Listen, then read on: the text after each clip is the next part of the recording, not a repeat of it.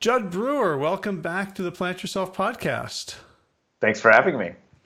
Yeah, those of us who can see, you've got this beautiful office with all these fancy graphs and charts, and your new digs at Brown University, right? Yes, indeed. Yeah. So I wanted to get you. I realized just when we got on the Skype that it said, it has like the history of our conversation, and the last one was over 2 years ago, which surprised me. It seemed like a long time. Wow. So here I am, 2 years smarter. And so I've been, doing a lot of work with people around changing their behaviors, bringing mindfulness in, and I kind of wanted to catch up with you. You've moved in very sort of entrepreneurial directions, it seems, in terms of apps, and also in terms of not moving entrepreneurially faster than the research can support it, which is nice. So yeah, critical, I would say. Yeah, that's another word. So I wonder if you just what have you been up to in the last 2 years, and then maybe we'll circle back for people who didn't listen to the first interview and kind of get the foundation. Sure. So I can start with the academic bit. I moved down to Brown University. I'm the Director of Research and Innovation at the Mindfulness Center here at Brown. The what center? Mindfulness Center. Mindfulness Center. Okay. Did they build that for you? They had a mindfulness center, and we injected about 15 people into it from the other place. So it gave it a bit of a boost, let's say. Gotcha. And also have been really thinking about how best to get some of the research that we've been looking into out into the world. As a clinician, as a psychiatrist myself, I see a lot of people suffering, and so have really looked to see what are the best modalities to disseminate evidence-based research. And there are a fair number of ironies here, but we have these weapons of mass distraction at our disposal, and we also learn in context. We set up habits in context. So we don't really learn, for example, we don't learn to smoke or to overeat in our therapist's office. So somebody comes to my clinic and I try to help them, with that in person. Hopefully it is helpful. But it also has the limitation of not helping them, in their house, in their kitchen. This might bring back ideas of doctors making house calls. It's like, so if I can't make a house call, I can kind of replicate and disseminate this type of work through apps. So we've been developing a number of apps and studying them to see if we can actually help people learn in context. Gotcha. So you invited me to join the Eat Right Now app. So about 2 years ago. When you started creating apps, what did you look at in terms of what was going to be effective, what wasn't? Just before you jumped in, what were the fundamental assumptions you made about how to build an app? Do you want the truth? My listeners can handle the truth. All right. You want the truth? You can't. Yes, they can handle the truth. The truth is that when we started the first one, we just jumped in. We had done some clinical trials with smoking, mindfulness training for smoking cessation, gotten 5 times the quit rates of gold standard treatment. We'd worked out the behavioral mechanisms by which they were quitting smoking, and Yale kind of set up a startup, in a startup incubator, and got us started to making probably one of the first therapeutic apps. This was back in 2012, before people were really that familiar with what apps were.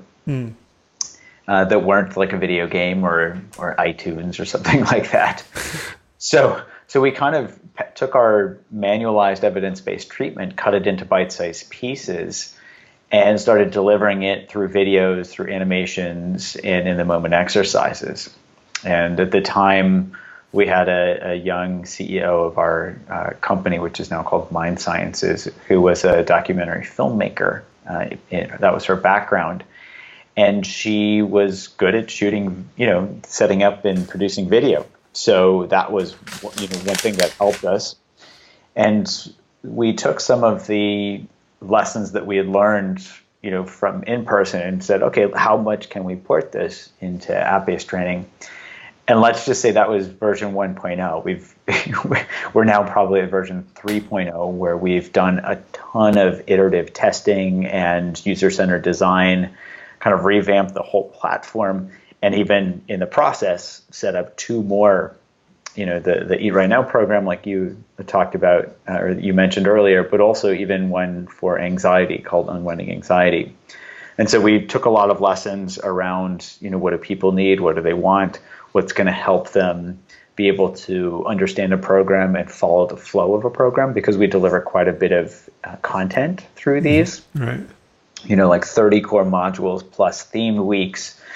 We have an online community that's integrated into the program and all these things. And so we spent the last, 6-7 years now really diving into how we can make these things really sing. And we might have talked about this before, but we've now published some studies, like with our Eat Right Now program. We've got a 40% reduction in craving-related eating. We're doing more studies to look at how we can reduce reward valuation. We just published a study with our Craving Equip program for smoking, showing that we can actually target specific brain regions, and the reductions in that brain activity predicts reductions in cigarette smoking with an app. And even did a study with our Unwinding Anxiety program with anxious physicians. Get this, ready? We got a 57% reduction in clinically validated anxiety scores. And we also got a concomitant 50% reduction in burnout, even though we didn't teach them anything in the program about burnout. We had found that there's a correlation between certain aspects of burnout and anxiety. And lo and behold, when the anxiety drops, those aspects of burnout reduce as well. Oh, wow. So we've been busy. Wow. I have so many questions. Good thing I'm taking notes so I can go back to them. Is it possible that the link between anxiety and burnout is just sort of the both of them are the same response to just learning how to be mindful? Like it's the mindfulness itself that has all these benefits, and so it might even be sort of a specious correlation between anxiety and burnout. Like if you reduce anxiety through another way, it wouldn't have an impact? Yeah, it's a great question. We looked at correlations between anxiety and aspects of burnout, both at baseline and then after people had gone a month and 3 months through the program. At baseline, we found a pretty strong correlation. So before anybody got any type of mindfulness training, my sense is that mindfulness targets similar mechanisms, where when people get caught up in anxiety, in worry, in anxiety-based habit loops, they also have this protective response. We think of this in terms of empathy fatigue. So to set up any habit, we have a trigger, a behavior, and a result. And so let's say that the trigger, a physician walks into a patient's room, and the trigger is that they see that their patient is suffering. Because that is unpleasant, right, to see somebody suffering, their behavioral response might be to protect themselves, to close down as a way to, not get burnt out. Because imagine, empathizing with your patients 40 hours a week, you're basically suffering 40 hours a week. So the response is that they close down and become more depersonalized or callous. I think callousness is the current way that they're describing these Maslow burnout inventory items. And so that can loop itself into a habit, where they form a habit in the same way that they might learn to worry or to overeat or whatever. And so if we can target the same pathway and help people see that type of closing down is actually harming themselves and also not helping them connect with their patients, but also that through mindfulness they can actually learn a different way of relating to their patients, where they can have a compassionate response, where they don't have to worry about protecting themselves because they're not getting caught up in that reaction. It might reduce both anxiety and burnout as well. That's our hypothesis. I see. Because the way I've always thought about burnout is that your job is no longer meaningful. right? It's not just there's a lot of stress, but like, why am I even doing this? It's so hard and unpleasant. And so the checking out, becoming, the more you callous you are, the less meaningful the work has to be. I could certainly see that. And I don't want to speak for all physicians, but my sense is that physicians still feel like even when they're getting the beat down, that job is meaningful, helping people who are suffering. It's tough to make that not meaningful. I think some of the other aspects where they're out of, they don't feel like they have much autonomy. There's this whole electronic medical record fiasco where, people are spending more time like responding to their computer because they're required to than being able to work with their patients.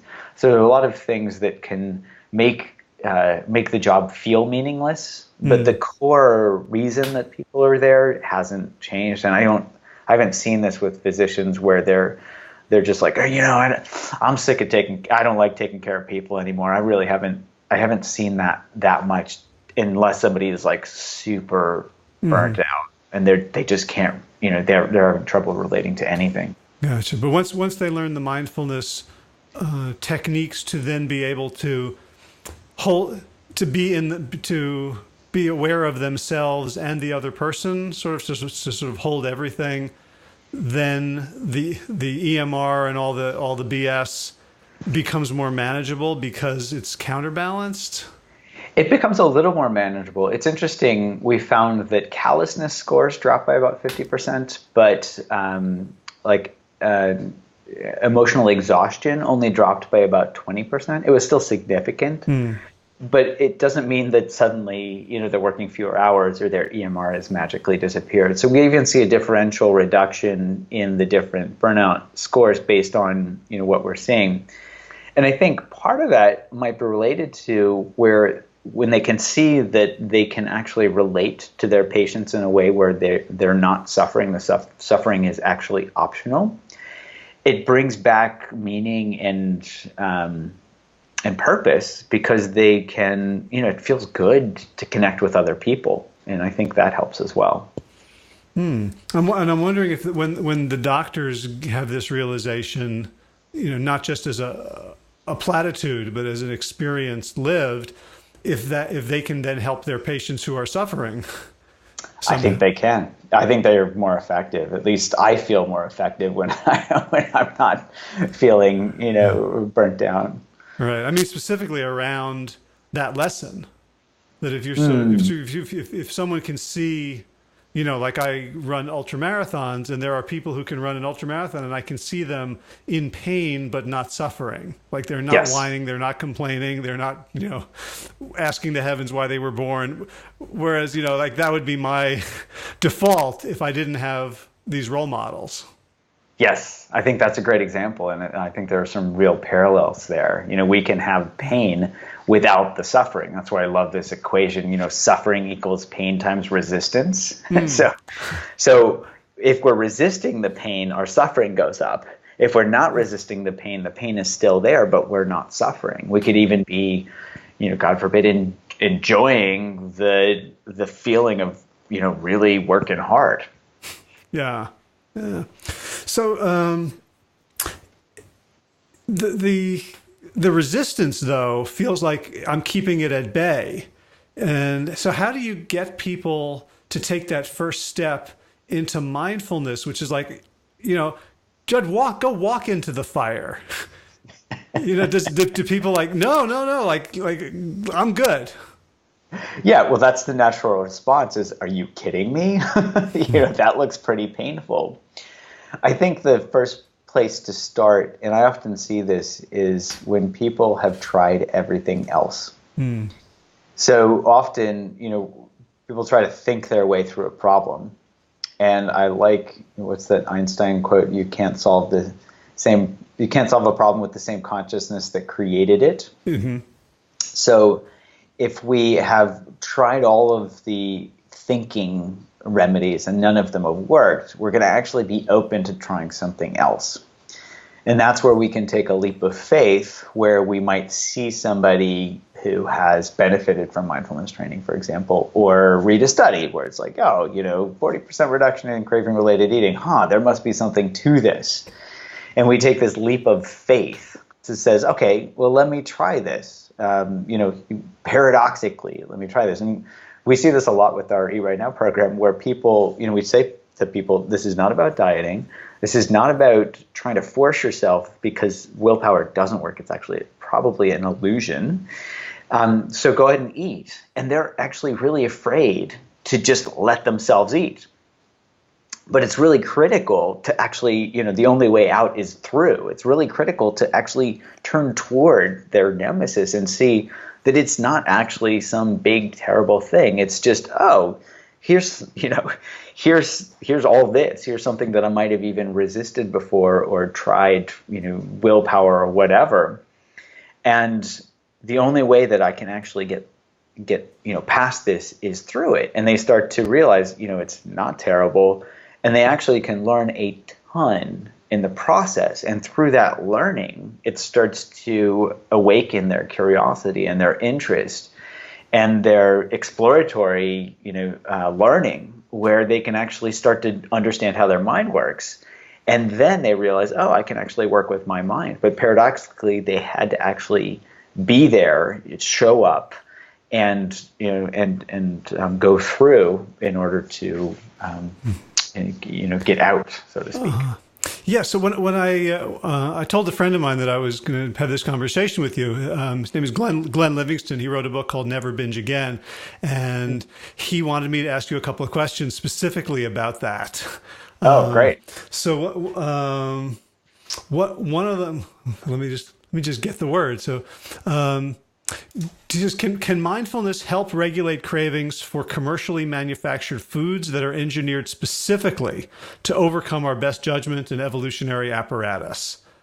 Like, you wouldn't take mindfulness into like breaking a cocaine habit. Like you tell the person, like, don't do cocaine.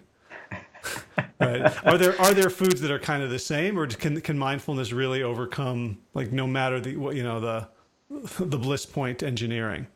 Yeah, so I think the short answer is yes, and the more elaborated answer is, food is different than cocaine or heroin or alcohol, let's say, because it can be a mind-altering substance, but not in the same way that we get the same really large dopamine rush, for example, when we block the dopamine transporter with cocaine. Or the same rush that we get from injecting heroin or something like that. When somebody is high, it's hard to be mindful. Okay. Now, I haven't met anybody that has been that high eating Oreos, for example. Uh-huh. But what we can notice is a couple of things. One, with that food, we can start to see in the moment what the results of eating that food are. So, for example, somebody eats a cookie, and the sugar makes them want to eat the cookie again. I'll give a personal example. Not too long ago, we had some friends over for dinner, and one of them is an amazing baker, and he bakes some fresh chocolate chip cookies. He brought them over for dessert. And I ate the first chocolate chip cookie, and it was delicious, and I was immediately reaching for the next one. Like, just totally, it's like beeline for the next cookie. I ate the second one, and it was like I was out of control, third cookie. Now, so I ate 3 cookies, and I probably easily, well, I shouldn't say easily because I couldn't easily stop at one, but when I looked back on it, and even in the moment, I was noticing that the second cookie didn't taste as good, and the third cookie didn't taste nearly as good because my, the bliss point, so to speak, was being saturated. And so from that, I was actually just really paid attention to see what I could learn from that. And I actually became disenchanted with eating that many chocolate chip cookies. Okay.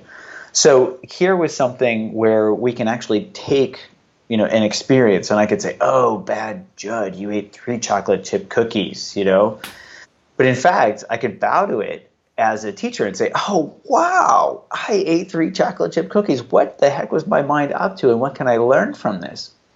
And since then, I actually laid down this pretty strong memory that reminded me what it actually felt like to eat that third cookie, and also what it felt like afterwards. It just didn't feel that good. So I became disenchanted. You can think of it as the reward value has dropped, and when I eat cookies now, I'm much less excited to eat more than a little bit, because I very clearly remember what that reward value was, and I can kind of simulate, okay, what's it going to be like to eat this next cookie? What's it going to be like to eat this next bite?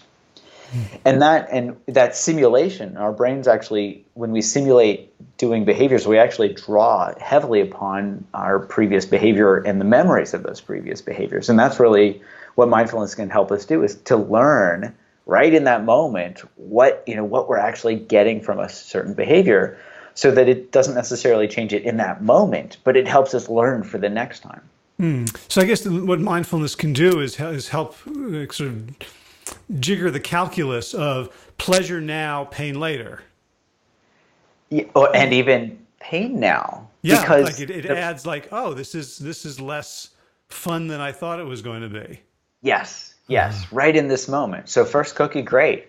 And now for me, it's much easier to stop at the first cookie. And do you think that's true across the board? Because I know people write about, different susceptibilities, that there's people who can have some sugar and their brain lights up like a pinball machine, and they're totally they need to abstain 100%, whereas other people, do you find that mindfulness can kind of even that all out, and it's a tool that everyone could use? It's a really good question. So we see this in our Eat Right Now community. There's a lot of discussion around some people saying, I just can't eat any sugar because it is totally, it just makes me become a zombie, and I just eat more and more sugar. Others can see that it actually drives them to eat more sugar, and that unpleasant drive actually helps them get disenchanted from eating sugar. And so they move away from eating refined sugar and eating more complex carbohydrates and whatnot. We're actually doing a study right now to look to see how much people can actually reduce that reward value through mindful simulation, basically paying attention as they're eating, which then helps them see more clearly what that reward value is. And then in the future, okay, you're about to eat this thing, imagine eating it, and see if we can model out that reward value. So stay tuned. We'll see if that works across the board. But my sense is that as humans, we all have the same basic learning mechanisms. And so one piece that I can say is that the more we pay attention and start to see the relationship between this cause and effect, I eat a bunch of sugar and this is what I get, the more clearly we can see this, my guess is the more likely someone is, regardless of their genetics or their background or whatever, the more likely they are to become disenchanted. Wow, this is connecting in my mind with something totally off the topic, which is there's this researcher in the 80s. I think he's still around, but I know his work from the 80s. I think Stephen Krashen, who was an expert on language acquisition. And he had these theories that still nobody does. But basically the language is acquired through comprehensible input in basically a very safe environment. And I think what's coming to me is mindfulness creates the safe environment. Whereas if you're eating it and there's anxiety, then you're not getting the comprehensible input of the second and third cookies. Absolutely. So that makes so much sense to me. If you think, do you know Carol Dweck's work from about 30 years ago as well, where she talked about fixed versus growth mindset. And basically, when we're in fixed mindset, we can't learn new things. When we're in growth mindset, we can. And if you think about mindfulness, it helps us move from being stuck or contracted or closed down, like anxiety, right, leads to this closed down state. We can't learn when we're anxious. Can't remember anything except that we were anxious. But when we can bring mindfulness in and kind of help unwind that anxiety, it helps us open into a growth mindset so that we can actually be receptive to learning and even move into more interest-based curiosity, exploration. There's one other piece to this. So I think that makes a lot of sense. And I'll just add that there are actually two different types of curiosity. One is based on deprivation, which is a more closed down quality where it's like, oh, what's that piece of information? I can't remember. I'm going to go look it up. And so it kind of drives us to do that. Sound familiar? Motivated drive. It's just like, taking cocaine. Whereas the other is interest-based curiosity, which is much more open and has a very different vibe to it, and is probably more positively reinforcing from a completely different standpoint. Instead of driving something that says, you have to do this, it just, it's that out there exploring, being curious, enjoying the journey rather than having to, get something, get somewhere, have that destination in mind. Yeah, the other thing this is bringing up for me is a couple of weeks ago, I interviewed a woman, Adrienne Marie Brown, who's an activist who wrote a book called Pleasure Activism. And, sort of very, very unabashedly saying like pleasure, food pleasure, clothing pleasure, sex pleasure, drugs pleasure is important for people who want to be activists, that we reclaim it. And what she said, like, she spent her 20s doing all those things in an unhealthy way. And what she came to realize is like the key thing was, are you satisfiable? Right. Yes. And so what mindfulness brings in is this idea of like, it's like a satisfiability meter that gets turned online. Like all of a sudden there's a new switch, there's a new, gauge on your mental dashboard, that can make you happier than when it wasn't there. I think that's a really interesting point. And that actually lines up pretty nicely with the different types of rewards that we look at. So for example, the typical market economy based reward is, buy something, eat something, get something, right? It could be as simple as, I'm bored, I'm going to be restless, and so I'm going to go look at cute pictures of puppies on Instagram or something like that, right? Mm-hmm. So get something to be satisfied. Well, that's scratching an itch. There's that itch of restlessness that we scratch by, looking at cute pictures of puppies, which actually reinforces the process where we have to look at more. Same for eating. We eat to make ourselves feel better. We have to eat more. We learn that, it becomes a habit. Those are all based on a drive that is closed down, that's itchy, restless, motivated, that says, do this. That's really different than satisfaction. Does satisfaction feel closed or does it feel open? What would you say? When I'm satisfied, it feels like, okay, that's done. What's the next thing that's coming? It's like a curiosity. Like yes. So I don't need anything else, right? Because I'm satisfied. So there's no drive that says, go do this, go do this. And like you point out, curiosity itself, with this open quality to it, has a very different vibe in terms of the reward value of it. And even thinking, I like the word contentment. We can actually, as we pay attention, we can learn that we can actually be pretty content in most situations, even when we aren't out there getting excited things. Or doing things to be excited. And there's actually I love this quote from it was a Burmese meditation teacher, Sayadaw U Pandita, who talked about how we mistake excitement of the mind for happiness. We mistake excitement of the mind for happiness, and that's because the whole world is telling us, trying to get us to be excited, because that gets us to consume. Where in fact, if we sit back and we realize, I'm good, there's this contentment that actually feels better because it's not urging us to go do something. Yeah, I had that experience yesterday at the Apple store, because I have like the world's oldest surviving iPhone, I think, or at least that's what everybody tells me. It's this teeny little, iPhone 5 form factor, and everyone's got these new ones, and they're shooting all these videos and things, and I feel like, like I need a new one, and then it stopped working. Like I can't hear people when they call me. Like there's a little speaker up near my ear that stopped working, and I started getting excited. Like, oh, maybe I can get the XR or the S. I wonder which one's better. And then I decided, like I took it in. They looked at it, $130 to repair. Definitely not going to spend that money. I'd rather get a new one. But then I thought, I can just plug in headphones or play it through the speaker, and I left so happy that I'm content with this old iPhone, that like I don't know if it'll last a week or a month or 2 more years, but and partly it was the end of the craving for the new one that felt really good. Content. Oh, I don't need this. I don't have to do this. That's great. That's a great example. And we can actually be pretty content. We can learn to be pretty content with most things, you know. Well, the other thing I was remembering, like this morning I picked it up. I'm like, remembering like the relationship, like, the day we met, and like how excited I was to pick up this brand new iPhone, like the top of the line processor. And I kind of like recaptured a little bit of that. It's like, what happened? Like it didn't change. Right. So you mentioned the reward valuation, and I think I understand it in context, but it sounds like something would be helpful if you could kind of define, like in terms of theory and research. Yeah, we can unpack that a little bit more, and it's obviously something that we're actively investigating.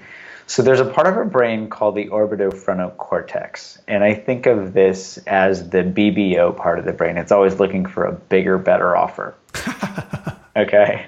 So, for example, we use food as an example. If I eat some broccoli and then I eat some milk chocolate, my brain makes a comparison and says, which one tastes better? Which one would I rather have? It makes a value, And valuation. what's that part of the brain called again? The orbito-frontal cortex. It's part of the prefrontal cortex. The OFC.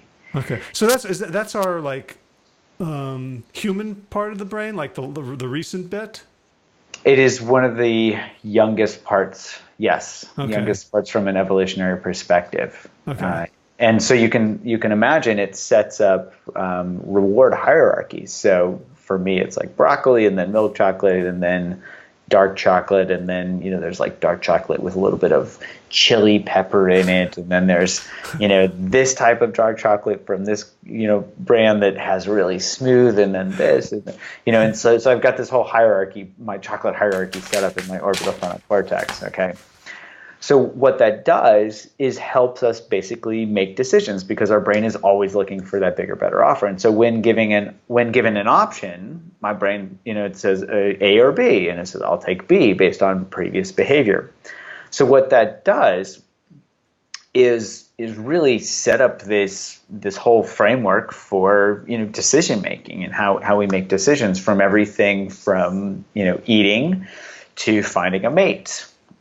So we date a bunch and we say, this is, and finally, we might make a decision, or we might go with all the options that people have now. Like they could never be satisfied because they can always swipe right or left or whichever direction on Tinder, and it's like, oh, maybe there will be somebody else, maybe, and I can find that bigger, better, bigger, better offer, and never be satisfied.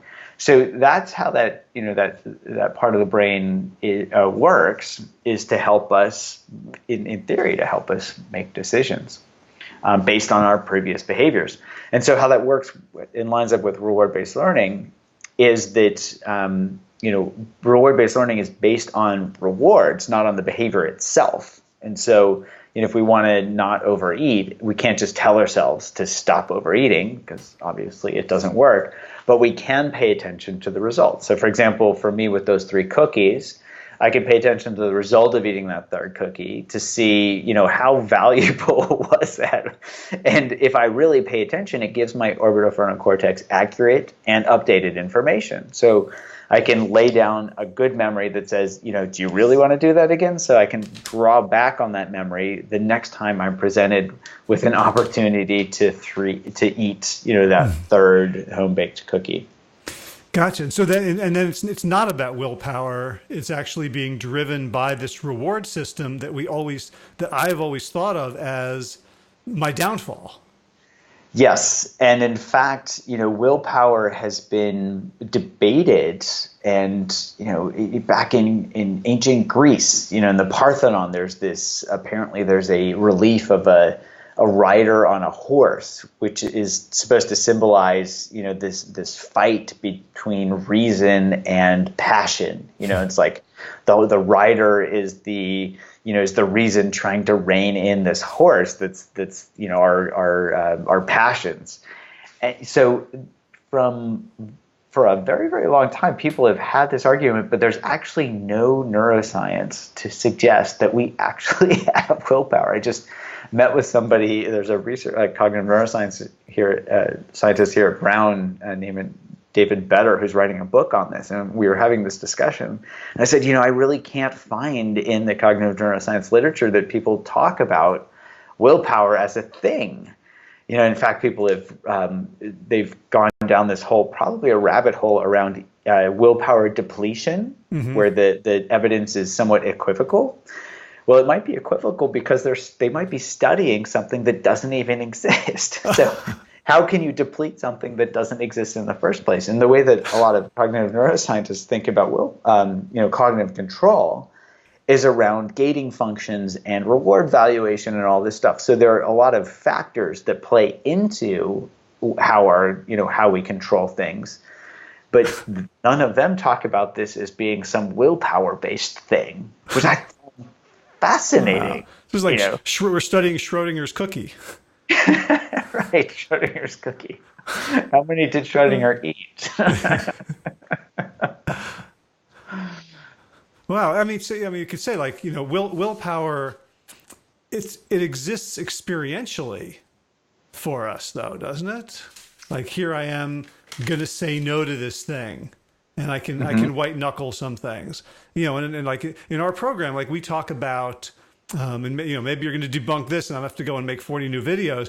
But the idea of like anti-fragilizing yourself by winning fight-throughs, like don't wait in the car while your spouse goes shopping because you're afraid of the cookie aisle. But like when you think you can, like walk up to that aisle, walk past it, and then keep going, and like build the muscle of saying no. Do you think that's off the mark now? So we can study this, right? And we can look to see, well, what exactly is that quote unquote muscle of saying no?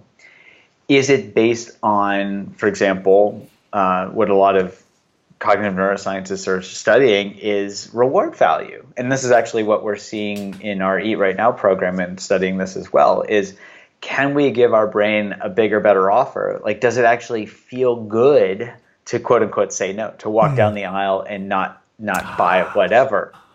So it doesn't mean walking down the aisle, doesn't exist, right? That's true, and not picking up the whatever is true. But if we actually look at the circumstances and what's happening, we can dial down into say, well, what actually supported cognitive control in that moment? Does it feel good to walk down the aisle and not buy the food? And if so you could even formulate a hypothesis. If so, if somebody really pays attention to the reward value, the next time they walk down the aisle, they could go and remember, what did it feel like last time when I didn't buy these cookies? Oh, it felt good. And that could actually reinforce the process even more through tapping into the specific mechanisms that might actually be driving the process. Gotcha. This reminds me of Dan Ariely's concept of benign masochism, like which he sees in triathletes and endurance athletes. Whereby we're front shifting the reward to look at me, I'm such a badass.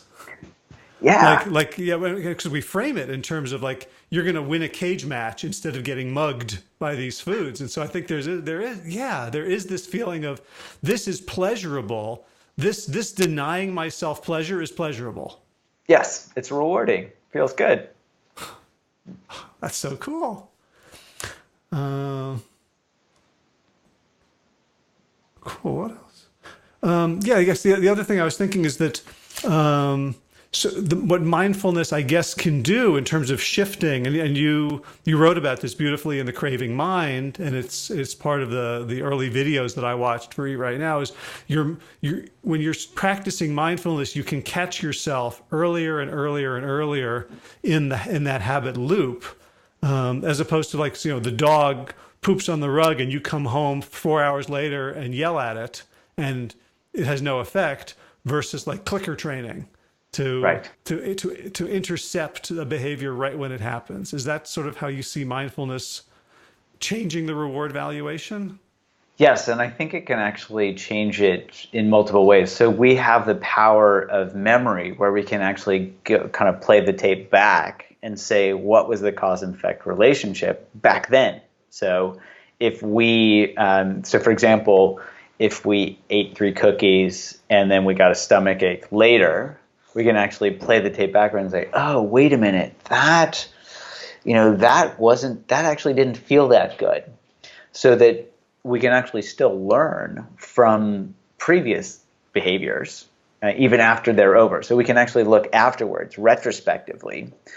And as long as we can draw up what it actually feels like, that felt sensation is what helps to lay down memory so that we become less enchanted in the future. So we can look afterwards. We can reflect on our behaviors. We can look during the behavior, like as we're doing it, like the clicker training that you're talking about. We can say, well, what am I getting from this right now? And both of those build up to then being able to reflect on it before we do the behavior. When we're about to reach for the cookie, we can say, you really want to do that? And we can recall those previous experiences. So I would say as humans, we have this unique ability, potentially unique ability, to go back and remember previous behaviors that can actually help the formative process of learning in the present moment and for the future. But it sounds like we have to remember them in a specific way.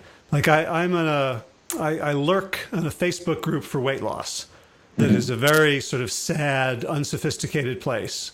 And I have to keep my mouth shut all the time because I just want to learn and, market research. And people there are aware that they're overeating or eating the wrong foods or is making them miserable. There's a lot of shame. Like if learning worked that way, if you could just look back and go, oh, I shouldn't do that. There wouldn't be any alcoholics. There wouldn't be drug addicts. There wouldn't be overeaters. Right. But they're remembering it in terms very cognitively. There's a lot of shame or guilt. So when you say felt sensation, like what differentiate that from the guilt? Yeah, I think of this as in our head. We can be up in our head and this is the shoulds, right? We should all over ourselves. I shouldn't do this. I should do that. That's not actually what drives behavior. This is also probably another suggestion that willpower isn't really what drives all of our behavior, because we're like, oh, I should do that. Then we just would change the behavior right then. What I'm talking about is instead of the thinking mind, it's the feeling body. What does it feel like? What's the actual result in my body when I overeat? What does it feel like? Does my stomach feel bloated? And this can also include, do I feel guilty? Do I feel lethargic? All these things come together. But the critical piece is really looking at our direct experience rather than thinking, I shouldn't do this, I should do that. And also when we're feeling guilty, we're in fixed mindset, right? Oh man, I can't believe it. We're not actually in a good place to learn. But when we actually just open to our experience, and this is where mindfulness can help as well, we open our experience and say, oh, wow, I can't believe I ate those 3 cookies. Wow, check this out. And then we can bow to that as an opportunity to learn rather than self-flagellate for, or feel guilty because we can't actually learn in that moment. So this is really about the direct embodied experience. Does that help add some color to that? Yeah, it does a lot.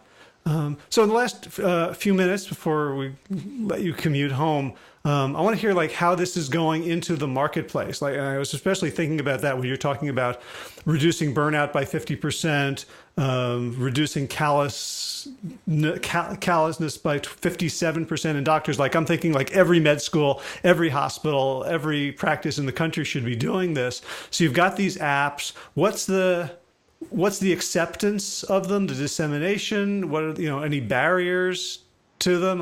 How is this changing the world? Well, we're a pretty small outfit, and I'm not, I'm not a, well, I guess I am a bit of an entrepreneur because it's just been really, ever since I was a kid, I was interested in, how do we do stuff and how can we get stuff out there. But we have a pretty small team at Mind Sciences that's working on this. So we've largely taken a grassroots approach. And our aim was to start with a couple of simple things, like make sure the science is solid, make sure the science is really solid, and then also provide a really good user experience. And so if we can build something that people just love, then they're going to tell their friends about it. And so largely that's been the approach is word of mouth, where, we do the clinical studies, we publish those. I might write a blog for Psychology Today, or, do an op-ed here or there, or do a podcast, and people hear about it and they try the programs. They look at our science, they say, wow, this is pretty solid. And they try the program and they say, wow, this is really helpful. And then they're so excited about it, they tell their friends.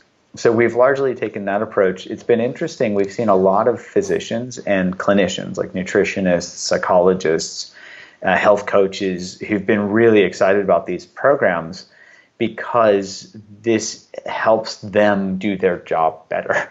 The busy primary care clinician has, 7-8 minutes to see somebody. And so somebody comes in with a bunch of anxiety, and they don't, there aren't great medications for that. The benzodiazepines are addictive, all this.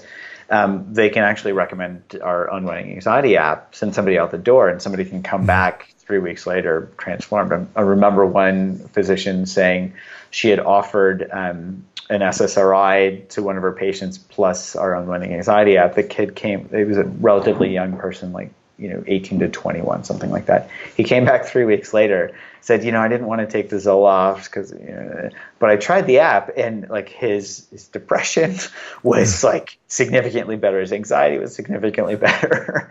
And so when we get those little situations like that, where, a clinician spends 5 minutes with a patient and the patient comes back transformed, thanking their clinician, that seems to be something that is really helpful for folks, where we can help. It's a win-win. The clinicians win because they've helped their patient.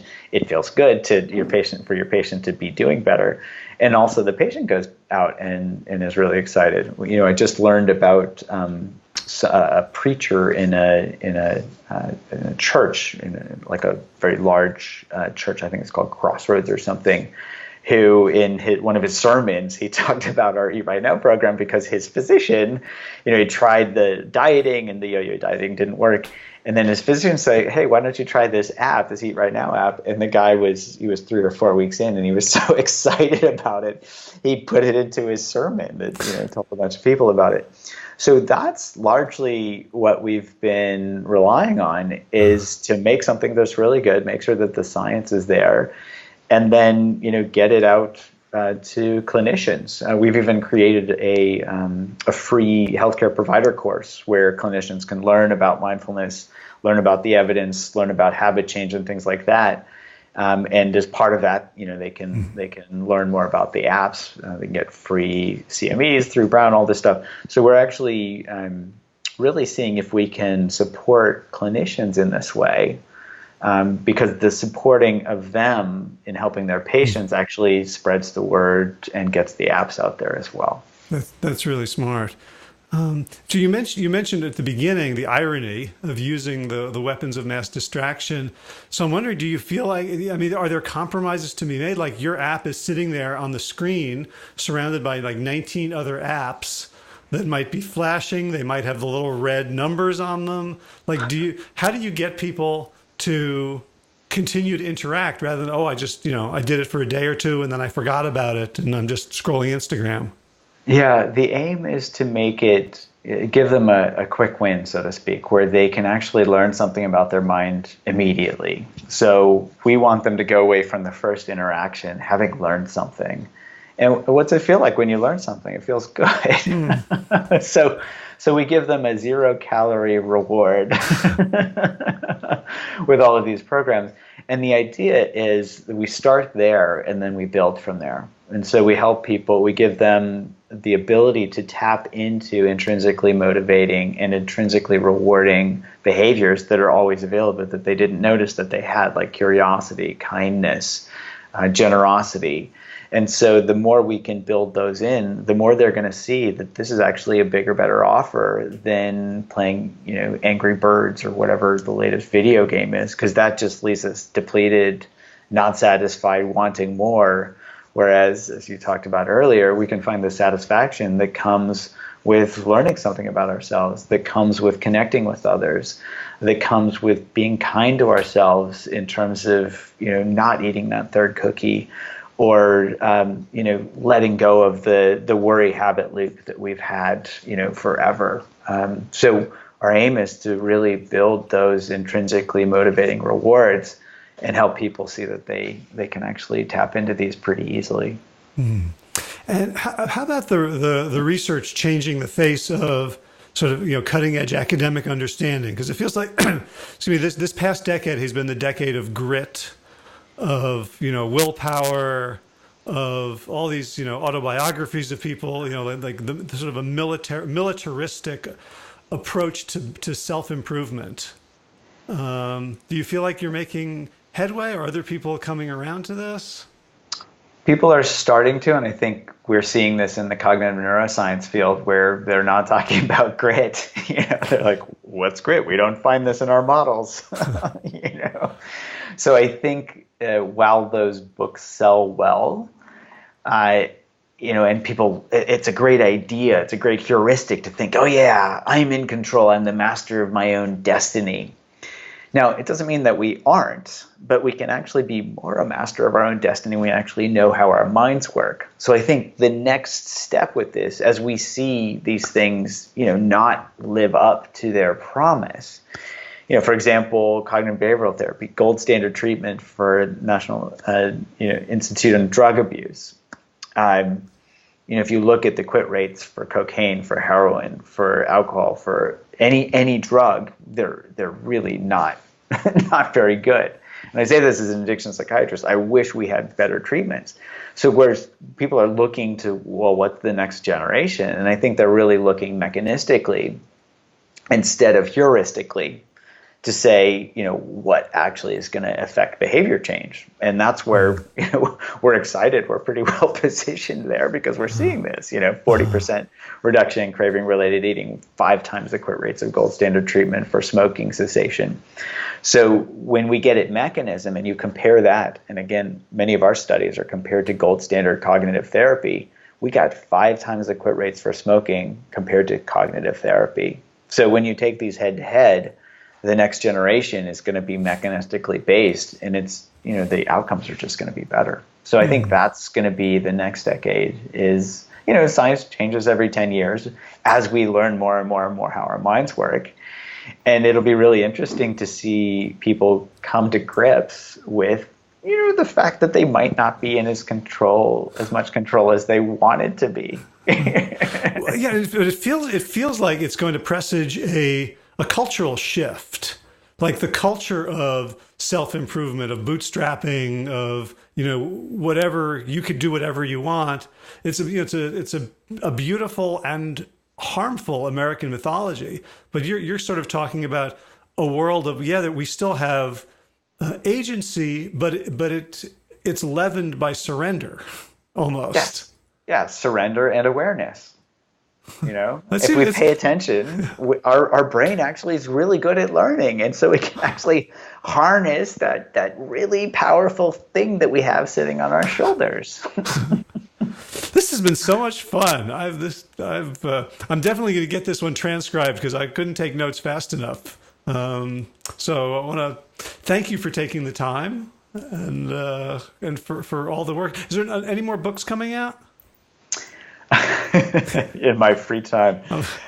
No. So The Craving Mind just came out, 2 years ago? And, that was about 20 years in the making. I needed to do a lot of research, a lot of personal practice. In my lab, I had to do a bunch of studies, before I felt comfortable, that we had the science to write something good.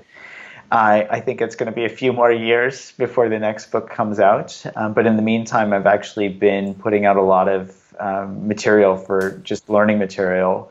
We put together some animations for people to learn about how reward-based learning works. I'm starting to put out more stuff around curiosity. This healthcare provider course, online video delivered content. So we're actually trying to meet people in the Instagram age. I certainly love to read books, but some people like to get their information through videos, through podcasts, through listening to things. So we're starting to put things out that way through my website. It's just drjud.com, drjud.com. Ooh, so that's good 5-letter .com. That's impressive. Good. Yeah, yeah. So if anybody's interested in, in learning about our healthcare provider course or about any of these other things, they can just go there. Okay, great. So you offer the course for healthcare providers, and now there's 3 apps for smoking, eating, and anxiety. Anything else going to hit the market in the next few months?